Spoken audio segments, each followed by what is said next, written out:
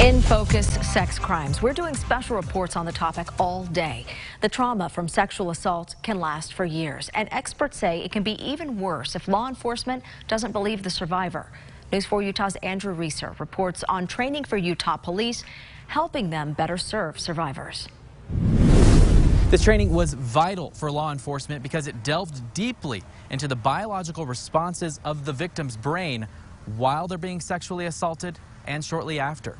Trauma. We can all relate to it. No one gets missed. Sadly, we're all traumatized at some point in our lives. But for survivors of sexual assault, trauma can linger, fester, and destroy.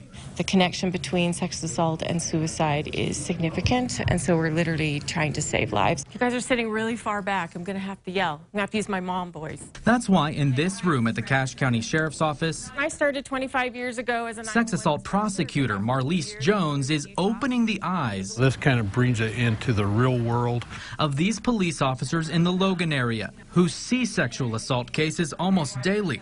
But it's what they don't see when they respond to them that can make a huge difference in whether the victim's trauma worsens. There's a lot of damage that does get done to victims based on how we handle that initial contact.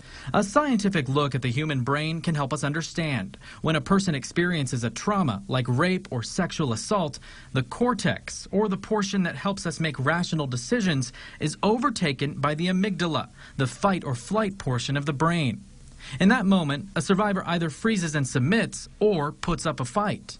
Jones says the survival side totally takes over, affecting memory, which is why sometimes rape survivors give inconsistent accounts of their attack. This is a trauma-induced response. For 35-year police veterans like Chief Steve Milne, believing the survivor, you would look at movies, you would look at news articles, and checking bias are vital. In the early days, that's where you drew your information from as far as, okay, this is how a victim should act. Compassionate listening. The studies show that that will help a victim move past the trauma and move forward in their healing process more than anything else. In Logan, Andrew Reeser, News 4, Utah. House Bill 200 passed last year requires all law enforcement agencies in the state to get this training.